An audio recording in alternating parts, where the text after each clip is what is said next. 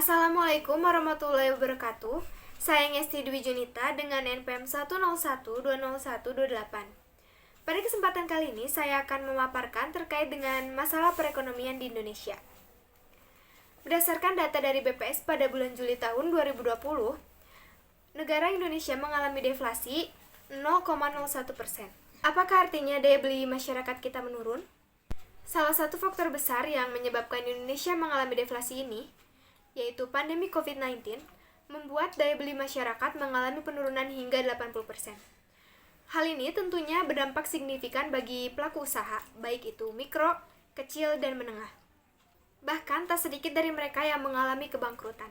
Mari kita lihat lebih detail lagi berdasarkan data yang akan saya sajikan berikut. Dikutip dari Metro TV, dalam ilmu ekonomi, deflasi adalah suatu periode di mana harga-harga secara umum mengalami penurunan dan nilai uang itu sendiri bertambah. Ekonomi yang mengalami deflasi akan menunjukkan gejala harga-harga, gaji, dan upah menurun. Deflasi sendiri merupakan kebalikan dari inflasi. Ketika terjadi deflasi, maka harga jasa dan barang-barang menurun. Sedangkan ketika terjadi inflasi, maka harga jasa dan barang-barang akan meningkat. Selain itu, bila deflasi terjadi, karena kurangnya jumlah uang yang beredar di masyarakat. Sedangkan inflasi terjadi akibat banyaknya jumlah uang yang beredar di masyarakat. Salah satu cara menanggulangi deflasi adalah dengan cara menurunkan tingkat suku bunga. Bisa kita lihat berdasarkan data yang saya kutip dari Metro TV, deflasi yang terjadi hingga 0,1%. Bukan angka yang besar, tapi indeks harga konsumen menunjukkan 104,95, di mana deflasi ini mengindikasikan penurunan daya beli.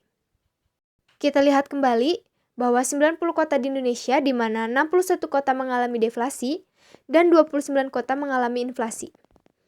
Deflasi yang tertinggi ini terjadi di Kota Manokwari, di mana yang terendah terjadi di Gunung Sitoli, Bogor, Bekasi, Lubuk, dan Bulukumba. Sementara inflasi ini yang tertinggi terjadi di Kota Timika, sama dengan halnya deflasi yang terjadi pada Kota Papua, inflasi pun terjadi di Kota Papua. Sedangkan yang terendah itu ada di Jember, Jawa Timur, dan Banyuwangi. Lalu, apakah yang menyebabkan deflasi ini bisa terjadi? Ada beberapa kelompok barang yang mengalami penurunan harga. Berikut adalah datanya. 3 kelompok pengeluaran inilah yang menyebabkan deflasi terjadi, di mana yang tertinggi ini terjadi pada harga jual makanan, minuman, dan tembakau, mencapai angka hingga 0,73%. Lalu yang kedua ini terjadi pada sarana transportasi dengan angka 0,17%, karena selama pandemi COVID-19 orang-orang melakukan semua hal di dalam rumah, dari mulai bekerja di rumah hingga belajar dari rumah. Lalu di urutan ketiga ada biaya perumahan, air, listrik, dan bahan bakar rumah tangga ini menduduki angka 0,1%. Penurunan harga yang ditunjukkan oleh turunnya beberapa indeks kelompok pengeluaran ini menyebabkan deflasi terjadi. Maka bagaimanakah nasib perekonomian Indonesia untuk kedepannya? Selain itu, ada pun beberapa kelompok pengeluaran yang mengalami indeks kenaikan harga. Sebagai berikut datanya. Kelompok pengeluaran yang mengalami kenaikan ini ada 8 kelompok, di mana yang tertinggi ada pada perawatan pribadi dan jasa lainnya. Ini menduduki angka 0,93%. Lalu yang kedua ada pada kesehatan, yaitu 0,29%, di mana pada pandemi COVID-19 ini banyak yang membutuhkan alat kesehatan. Lalu selanjutnya itu adalah pakaian dan alas kaki, rekreasi, olahraga, dan budaya 0,15%, walaupun sedang pandemi COVID-19 ini, tapi rekreasi, olahraga, dan budaya ini mengalami penaikan harga. Selanjutnya ada pendidikan 0,16%, lalu ada restoran 0,15%, dan perlengkapan peralatan rumah tangga di mana 0,10%. Sebenarnya perekonomian Indonesia ini tetap mengalami inflasi bisa kita lihat pada data berikut di bawah, yaitu pada bulan Juli tahun 2019 sampai dengan Juli 2020, tingkat inflasi sendiri berada pada angka 1,54%. Nah, sedangkan dari Januari sampai dengan Juli 2020, tingkat inflasi ini berada pada angka 0,98%. Angka yang cukup normal, tetapi perlu diwaspadai untuk peningkatan perekonomian di Indonesia.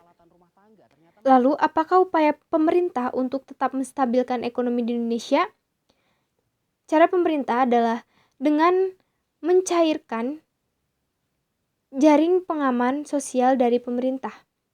Yang pertama adalah program Keluarga Keharapan atau PKH, di mana ada 10 juta keluarga penerima manfaat atau KPM, yang anggaran bantuan sosialnya naik hingga 25%, di mana ibu hamil dan anak usia dini mendapatkan 250.000 per bulan, lalu anak SD mendapatkan 75.000 per bulan, anak SMP mendapatkan 125.000 rupiah per bulan, anak SMA mendapatkan 166.000 per bulan, dan disabilitas berat dan lansia mendapatkan 200.000 per bulan. Di mana ini akan ditransfer ke rekening KPM yang terdaftar 3 bulan sekali dari bulan April hingga Desember 2020.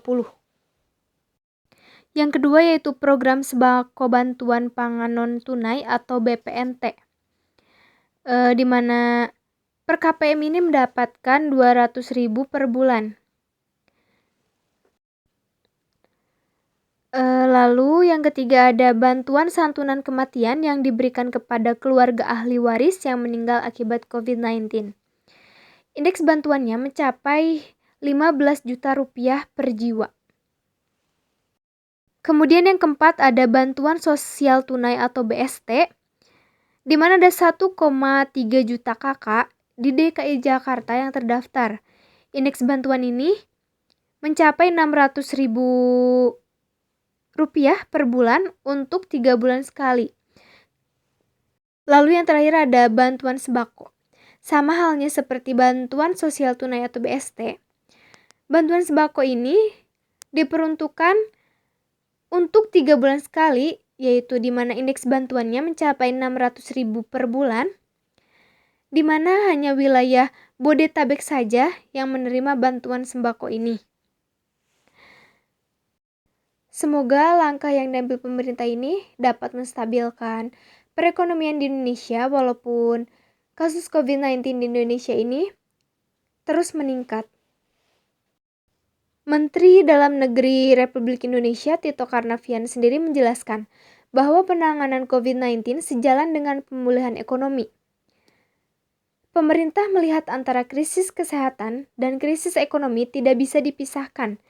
Tidak bisa kemudian langkah yang diambil hanya menyelamatkan salah satu bidang saja, tetapi mematikan bidang lain. Semoga kasus COVID-19 di Indonesia dan di seluruh dunia bisa cepat teratasi, dan kita sebagai masyarakat Indonesia harus bisa mematuhi protokol kesehatan yang telah dihimbau oleh pemerintah, yaitu dengan cara mematuhi gerakan 3M, mencuci tangan, memakai masker, dan menjaga jarak. Dan masalah perekonomian di Indonesia bisa cepat stabil dan saya Ngesti Dwi Junita pamit undur diri. Wassalamualaikum warahmatullahi wabarakatuh.